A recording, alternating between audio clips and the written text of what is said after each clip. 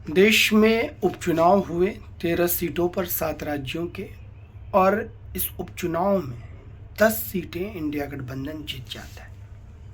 और ख़ास करके ये जो चुनाव था 2024 के इस लोकसभा चुनाव के बाद पहला चुनाव था जिसमें इंडिया गठबंधन और एनडीए आमने सामने की भिड़ंत कर रहे थे।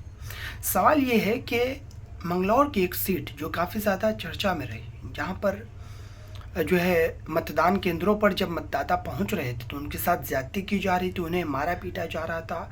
समय से पहले ही मतदान केंद्रों के गेट बंद कर दिए गए और लोगों को वोट डालने से रोक दिया गया।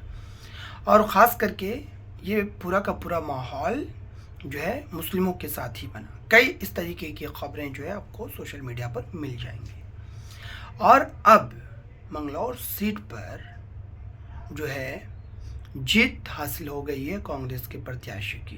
काजी नाम है उनका, और उन्होंने अपनी जीत हासिल की है। मुस्लिम प्रत्याशी थे।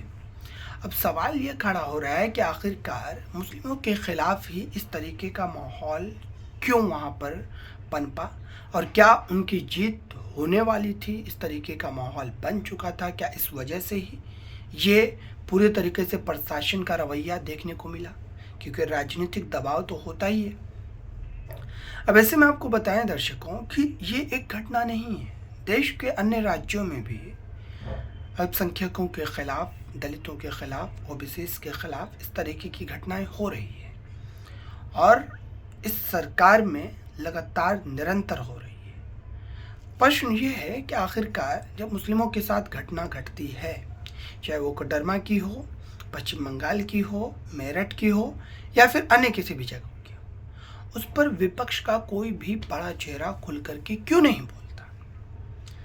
मुसलमानों ने समाजवादी पार्टी को, कांग्रेस पार्टी को, टीएमसी को, जेएमएम को भर भर के वोट दिया है। इतना के जो है, अगर पिछली बार की हम बात करें तो समाजवादी पार्टी को कभी इतिहास में इतना वोट नहीं मिला। 85% मुस्लिमों ने वोट दिया, लेकिन उसके बावजूद भी वो खुल करके नहीं बोलते हैं। तो क्या मुसलमानों को अब ये विचार विमर्श करना पड़ेगा और ये सोचना पड़ेगा, ये तय करना पड़ेगा कि दरअसल उन्हें अपनी लड़ाई कैसे लड़नी है, राजनीतिक तौर पर कैसे संसद में अपनी ताकत को मजबूत करना है, विधानसभा में अपनी ताकत को मजबूत करना है।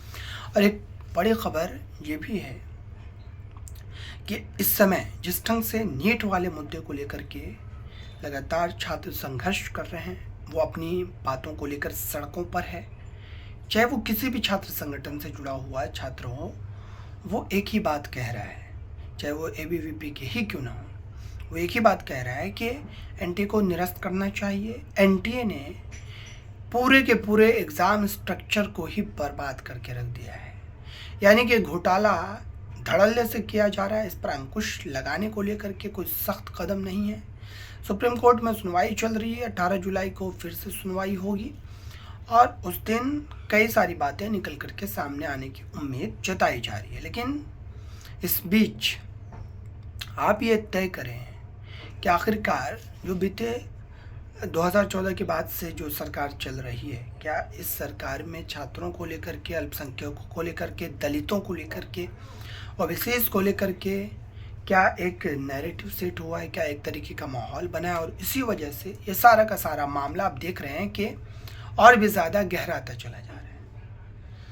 दरअसल मुस्लिमों के लेकर के ये हताशा, ये निराशा इसलिए भी है क्योंकि मुस्लिम जिन चेहरों को वोट दे करके संसद में, विधानसभा में भेजते हैं, वो दरअसल पार्टी के एहसान तले दब जाते हैं। वो पार्टी के राजनीतिक आका के हुक्म का पालन करते हैं, और अपने ही समाज, अपने ही लोगों का वोट लेकर के वो उनके लिए ही सदन में आवाज़ नहीं उठा पाते, क्योंकि उनके ऊपर एक दबाव होता है, एक प्रेशर होता है। और यही लगातार निरंतर हम देख भी रहे हैं। इसलिए मेरी एक अपील भी है कि जब भी चुनाव हो, बड़ी सोच समझ के साथ वोट करें। भले जो है आपको थोड़ा वक्त लगे, लेकिन सोचे, विचारे, समझे, और मात्र इस वजह से नहीं कि भाजपा के खिलाफ जो है हम उसको वोट करें, बल्कि आप ये भी देखिए कि आपकी आवाज़ उठाने के लिए वो व्यक्ति, वो प्रत्याशी सदन में सक्षम है कि नहीं, या आपका वोट लेकर के अपनी राजनीति को मात्र चमकाएगा वो। तो इन सब बातों पर गंभीरता से सोचने की ज़रूरत है, और ख़ास करके इस समय जो हालात है इसको लेकर के राजनीतिक सूझबूझ और राजनीतिक समझ आपके भीतर पैदा नहीं होगी तो जाहिर सी बात है कि ये आपके पतन का बहुत ही क्रूशियल समय जो है माना जाएगा। फिलहाल मुझे दीजिए इजाज़त। धन्यवाद।